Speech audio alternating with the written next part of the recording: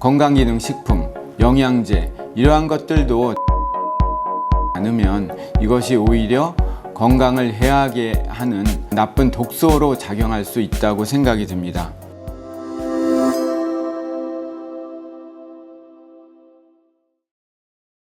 안녕하십니까.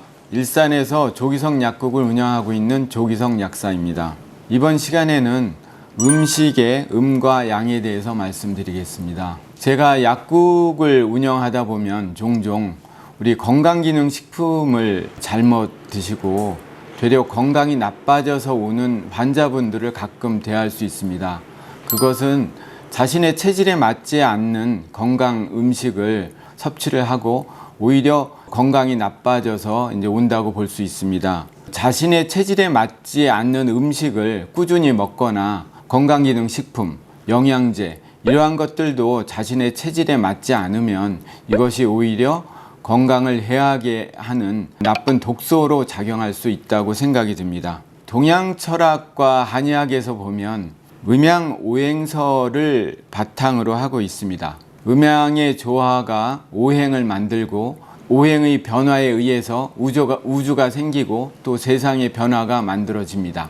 음양은 좀 상대적이고 서로 보완적인 개념으로 서로의 존재가 하나의 완성으로 이루어집니다. 그래서 양은 음을 쫓고 또 음은 양을 쫓게 되는 것입니다. 사람도 좀 양성 체질의 사람들이 음적인 음식을 먹어야 하고요. 음성적인 체질의 사람들이 양적인 음식을 취해야만 건강이 유지될 수 있다고 생각이 듭니다. 우리가 좀 양적인 사람들은 몸에 좀 활기가 있고 또 목소리가 크죠. 그리고 활동을 많이 합니다. 그리고 또 음적 성향이 있는 사람들은 좀 조용하고 섬세하고 또 차분한 경향이 있지만 일반인들께서 양적인 사람, 음적인 사람 이렇게 체질을 구분하기는 좀 사실 힘듭니다. 기왕이면 전문가의 조언을 받는 게 좋을 것 같습니다. 또 약국도 그렇고요. 또 한의원도 괜찮습니다.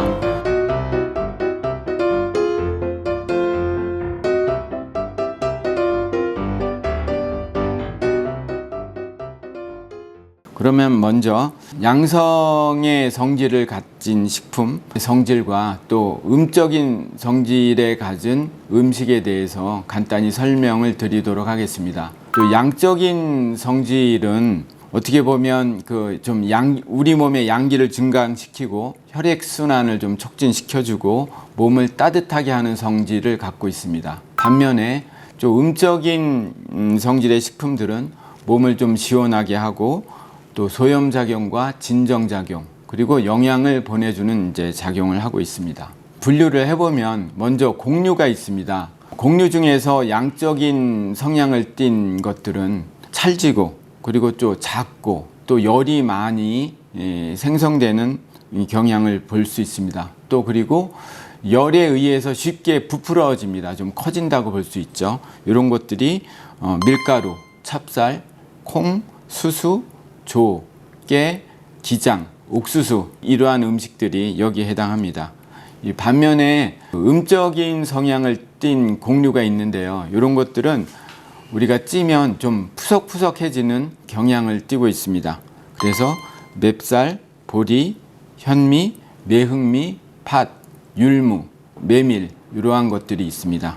그리고 다음은 채소류입니다. 채소 중에서 땅에 뿌리를 내리는 것, 이 땅이 음적이거든요. 그래서 음에 반대되는 양적인 성향을 띠고 있는 채소들이 뿌리를 내리는 것들입니다. 그것이 고구마, 무, 칡, 당근, 토란, 도라지, 마늘, 생강, 또 한약재인 당귀 등이 이에 속합니다. 그리고 또 잎이 뾰족하고 매운맛, 또 향신채들이 양적인 성질을 띱니다.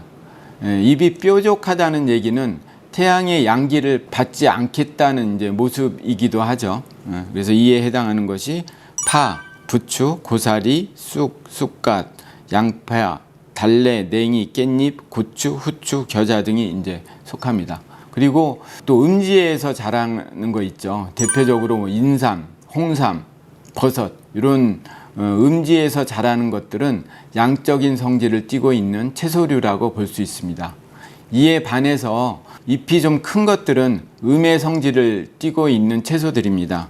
그러니까 양배추, 취나물, 미나리, 돌나물, 쓴바귀, 상추, 또 시금치, 두릅, 브로콜리 이런 것들은 잎이 큰 이제 채소류에 속하거든요. 잎이 크다는 얘기는 태양의 양기를 좀 많이 받아들이겠다는 그러한 모습으로 여겨집니다.